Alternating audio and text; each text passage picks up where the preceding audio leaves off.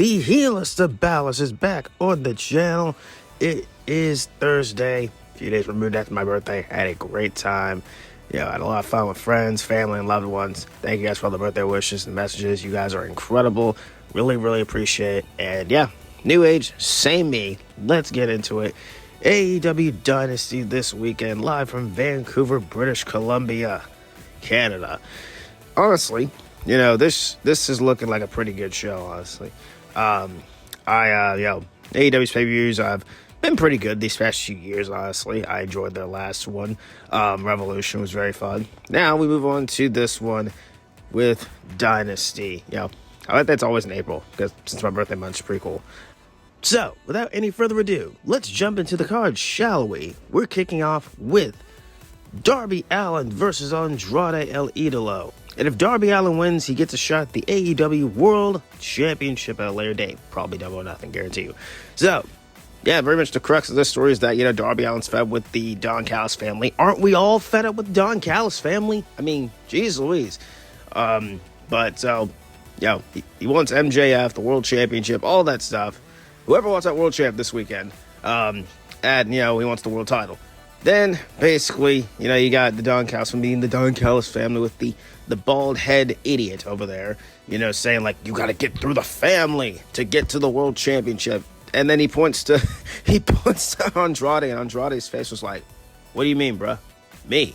What? Me? All right. That was pretty funny. So this is going to be fun. Andrade's been on a roll since he got back to AEW. And Darby Allin is Darby Allin. I mean, I love Darby Allin. He's a great dude. He's cool. Great wrestler and stuff. Daredevil. Just a freaking wild dude. This is obviously a no-brainer that Darby is winning this match. I mean, I would not mind Andrade winning, but it's not going to happen, obviously, because Darby will get shot at the World Championship at a later date, which, again, I think it'll be double or nothing, which is next month. So, it's pretty much a no-brainer that Darby is going to win this match. It's going to be fun. It is going to be very fun. Like, Andrade has been in a tear since he got back to AEW. Good Lord. This is going to be a very, very good one. I got Darby Allin winning and going on to get his World Championship shot. So, that's what I got. Darby Allin. A Casino Gauntlet match for the vacant TNT Championship as Tommaso Ciampa versus a few other challengers, which have not been announced yet. If you didn't know that Kyle Fletcher is going to be out for a pretty long time as he has meniscus tear. So best wishes to the former TNT champ, which sucks because he was on a roll as well as TNT champ. Second reign. I wish Ciampa would have still held it. That's just me. They haven't determined the other people in this in the gauntlet, so I guess we'll find out during the show itself. So far Ciampa's in there. They haven't announced anything else, but it's on the card, so might as well talk about it. I don't have a winner, I guess, but if I were to throw out somebody, I guess they give it back to Ciampa. I think they would give it back to Ciampa, probably. But I really don't know who else will be in this thing, so I guess we'll find out during the pay-per-view. I got Tommaso Ciampa, I guess, winning the TNT Championship back. So that should be something. If it's not him, I have no idea who else would win it. But I'm just going to go with Ciampa, I guess, to win the TNT Championship back. Chris Jericho versus Ricochet is next. So Chris Jericho's back in AEW. Alright, cool. And Ricochet is Ricochet. That bald Ricochet and all that stuff. Chris Jericho came back last week, and his name is, I guess, now Jericho. Alright, that's something. And then Ricochet interrupted him on Dynamite and basically said, he needs to leave the company and all that stuff. And then Chris Jericho called Ricochet bald, and then that was it. Then Jericho basically said he's going to be facing him at the pay-per-view, and there you go. There's really not much to say about this match. Jericho's going to win. That's all I can really say about it. That's really about it. That's all I can really say. Jericho's going to beat Ricochet. I'd be shocked that Jericho lost. It's not going to happen. That'd be kind of wild if he were to lose. But, Jericho's going to win. He's going to win the match, and then Ricochet's going to be put on the list of bald. I don't know. There you go. Chris Jericho is going to win this match. So, Up next, we have the Young Bucks versus Kazuchika Okada and Konosuke Takeshita. We got Okada and Takeshita at odds, obviously. And they cooperate. Takeshita's finally going to get Okada and the International Championship at Double or Nothing. So, all right, there you go. The Young Bucks. Yay. Nice. Cool. Yeah. They're something. I'll give them that. The Don Callis family, can we just drop this whole stable, please? I'm excited for Okada and Takeshita. I do have this feeling that the Young Bucks are going to win this match. Takeshita and Okada, they're not going to be able to cooperate. Things are going to get, crazy and just chaotic between the two.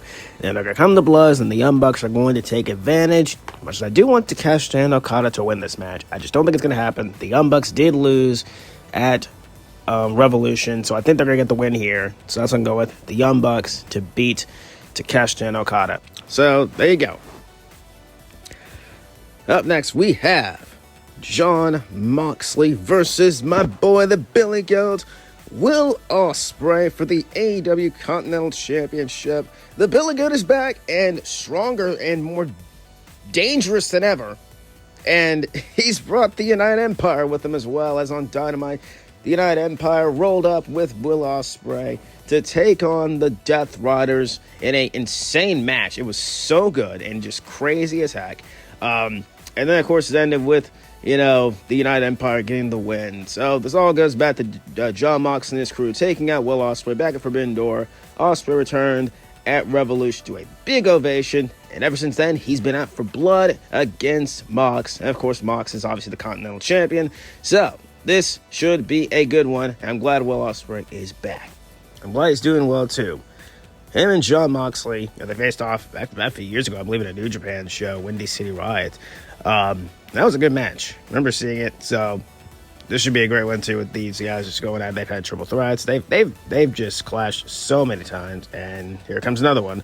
Honestly, I have Jon Moxley winning this match. I don't think he's losing, honestly. The United Empire got the win this past week on Dynamite. I just got this wild, insane feeling that somehow, some way, Moxley's going to retain the Continental Championship. Ospreay does not need it. He's got something bigger next month, in my opinion, that he needs to focus on. That's the Owen. Me could walk in the show as the Continental Champ and then, then lose at a later date. But I feel like, he's going to go on to just win the Owen, and he'll be fine with that. So I got Jon Moxley retaining the Continental Championship. I don't know how he's going to do it. These are both my guys. I'm just super excited for the match. But I got Jon Moxley retaining the Continental Championship over Will Ospreay. The AEW Women's World Championship is on the line as Tekla defends against Jamie Hayter. These two go back for a good bit.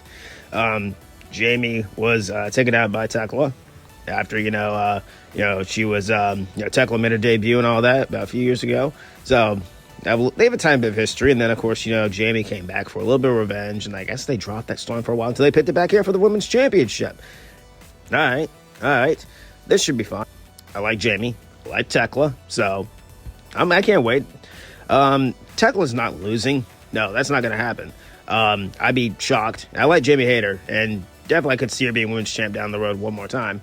It's not happening here. Tekla is definitely winning this match, and right afterwards, I think that's when we see the return of the CEO herself, Mercedes Moné. She's lost almost all of her titles, I believe. I think she has no more titles in store. So I think this is where she makes her big return, confronts Tekla, and then we're off to the races with those two. But besides that, Jamie Hayter, I love you. You're cool and all. Tekla's retaining the title, and then I think this is where we see the return of Mercedes Moné. So yeah, champs retaining. Cope and Christian versus FTR for the AEW Tag Team Championships. About time we're getting this match, I guess. I mean, I pitched this like a good while, a few months ago, and I was thinking they're going to pull the trigger maybe at Revolution, but, Edge was out filming and stuff like that, filming a few movies and, all that stuff. So they moved it to this right here, kind of makes sense, Canada, kind of stuff, Edge and Christian, all that stuff. So this is going to be something.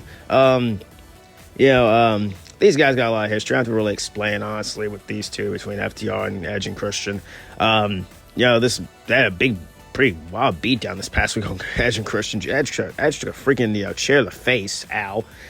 And then Christian got his arm smashed in a chair. So, wow, that was interesting. This is going to be, this is where I guarantee this where they're winning the tag titles, obviously.